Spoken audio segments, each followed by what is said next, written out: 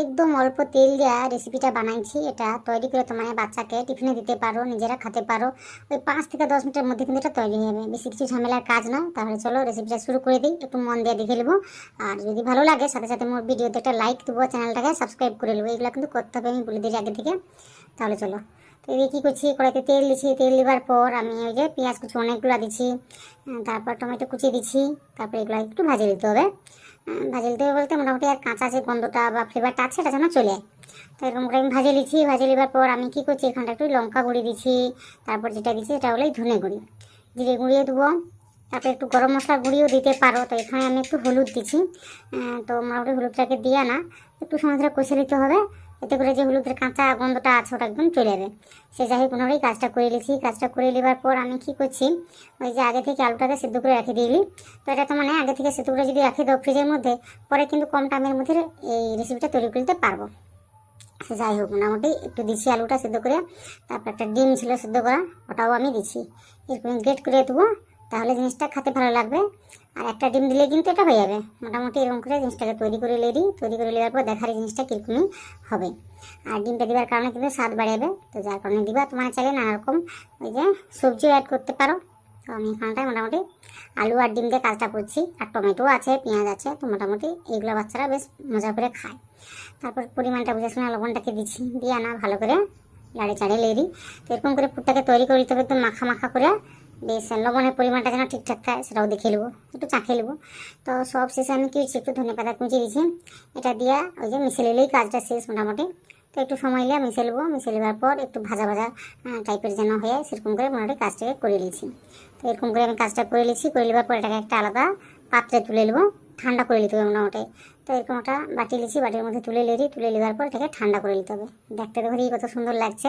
এটা বাচ্চারা মোটামুটি মজা করেই খাবে। রেসিপিটা দেখো, তোমার খুব ভালো লাগবে কিন্তু। আর এটা আটা দিয়ে বানাইছি। তো দেখতে পারো 1 কাপ আটা দিয়েছি। তারপর সাথে দিচ্ছি লবণ। তারপর ওই যে আমি একটু হলুদ গুঁড়ো দিচ্ছি। তো ওটা তোমার দিতে পারো বা নাও দিতে পারো।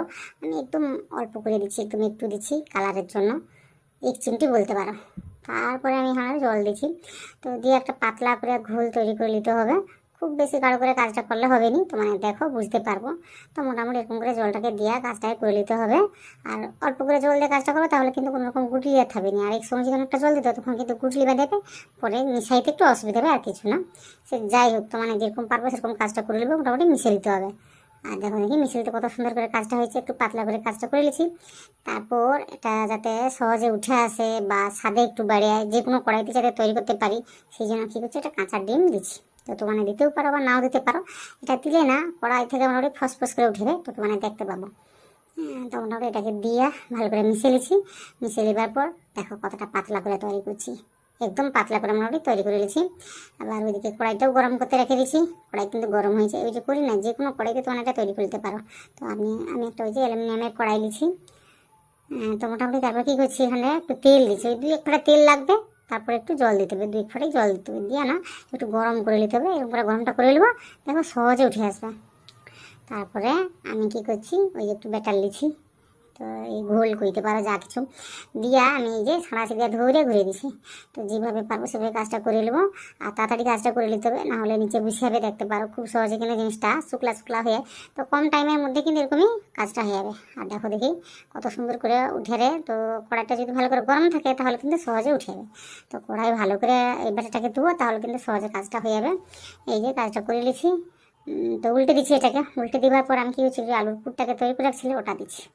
তো যতটা দিতে চাও দেবো, দিয়া মোটামুটি এই যে এইভাবে উল্টে দিচ্ছি। আরেক পাশ দিয়ে উল্টে দিয়ে, এখন কিন্তু কাঁচা কাঁচা আছে, এভাবে মুখটাকে যদি প্রেস করে দাও তাহলে কিন্তু আটকে যাবে। ব্যাস মোটামুটি এইভাবে কাজটা করে নিচ্ছি। তারপর আমি কী করছি, একটু তেল দিচ্ছি। তো এই গ্যাসে যতটা তেল ধরে ঠিক সেই তেলটাই লাগছে, বেশি কিন্তু তেল লাগেনি, তোমরা দেখতে পারো। তো একদিকে এইভাবে দিয়া তারপর আমি কী করছি, উল্টে দিচ্ছি। উল্টে দিয়ে আবার আমি কী করছি, 1 চামচও লাগিনি। তো কতটা তেল লাগে আসলে তোমরা দেখতে পারো। তো ওই পরিমাণ তেলটা দেবো, দিয়া উল্টে পাল্টে একটু ভাজিয়ে নেবো, যেন না একটু বেশি নরম লাগে। বাচ্চা কিন্তু বেশি নরম লাগলে আবার খেতে চাইবে না। তো একটু উল্টে পাল্টে ভাজিয়ে নেবো, বেশ ভালো লাগবে, শক্ত শক্ত হবে, খেতে ভালো লাগবে।